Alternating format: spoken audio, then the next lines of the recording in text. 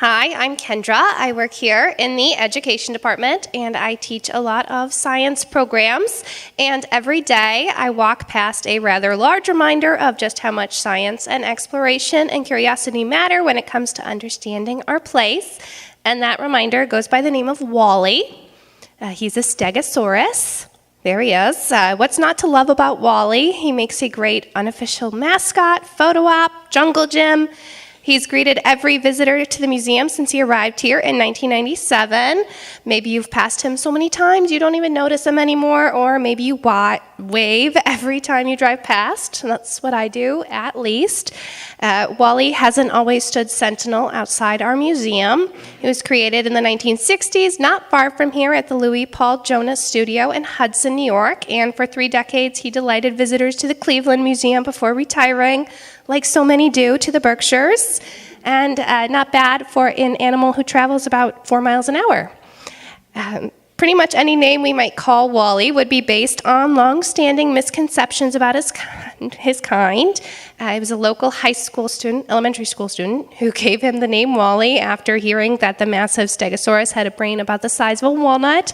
That's not true. It was closer to the size of a lime. The name Stegosaurus was coined by OTHNIEL MARSH, an American paleontologist and a key figure in the Bone Wars, the rush to discover and document as many new species as possible in the mid-19th century, and he discovered about 500 extinct species. And he named Stegosaurus because he thought the plates were like roof shingles. It means roofed lizard.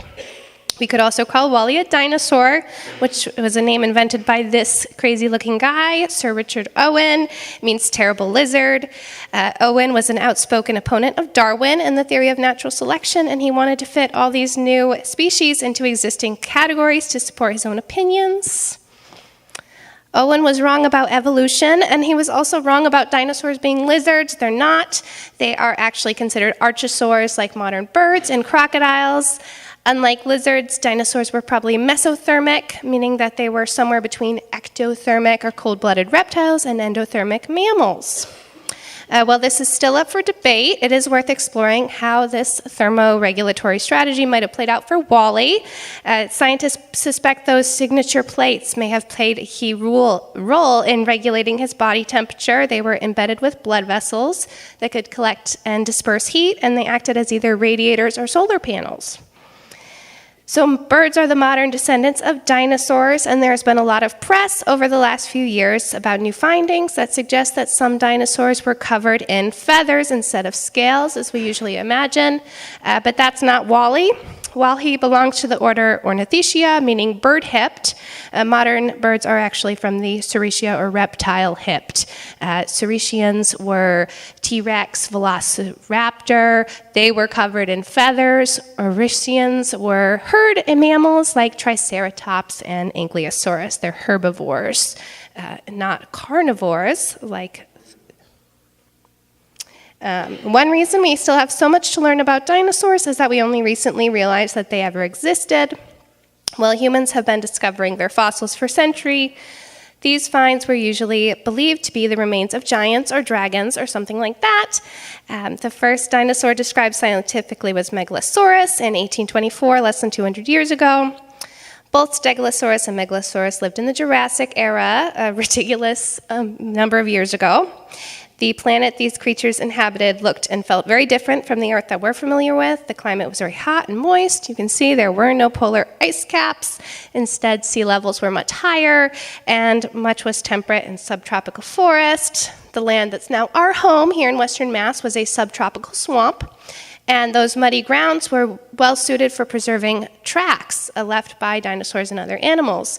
And in fact, the first dinosaur tracks to be scientifically described are in Holyoke, and the largest concentration of prehistoric tracks are in Hadley. This points to another reason we don't know as much as we'd like about dinosaurs, just the scarcity of evidence. Fossilization, as we know, is an extremely rare process that occurs only under a stringent set of conditions. Each dinosaur left only one body, but a great number of footsteps to be preserved.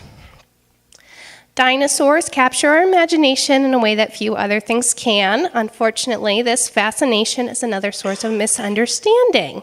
In popular culture, dinosaurs are given relatable names like Wally, the families, and human-like emotions, but they probably weren't much like Dino or Barney. And let's take Spike the Spiketail from Land Before Time, one of my favorites, as our example. He represents a lot of antiquated ideas about Stegosaurus. He is lumbering and laconic, he is much happier eating than adventuring, and he's certainly not the brightest character. And this fits the long-standing image of the walnut-brained Stegosaurus. This is probably a more accurate depiction of the Stegosaurus. This one's in Poland. Imagine Wally with his head and his powerful tail raised up high. His spikes point outwards instead of straight up like our Wally does. So you can imagine he could actually inflict some damage. These spikes, by the way, are called THAGOMIZERS. Really, thanks to this 1982 Far Side cartoon, even though Neolithic people probably did not hold lectures in caves and they did not live with dinosaurs, it's still been accepted by the Smithsonian and the National Dinosaur Institute. So will we ever have to worry about dodging THAGOMIZERS like Thag did? Worryingly, it is possible. The degradation of DNA over time has ruled out the possibility of using dinosaur DNA like they do in Jurassic Park. Scientists love to do the impossible, and they could reverse engineer the DNA of birds. But let's not worry ourselves about that just yet, because we've all seen Jurassic Park and the sequel and the threequel and the reboot.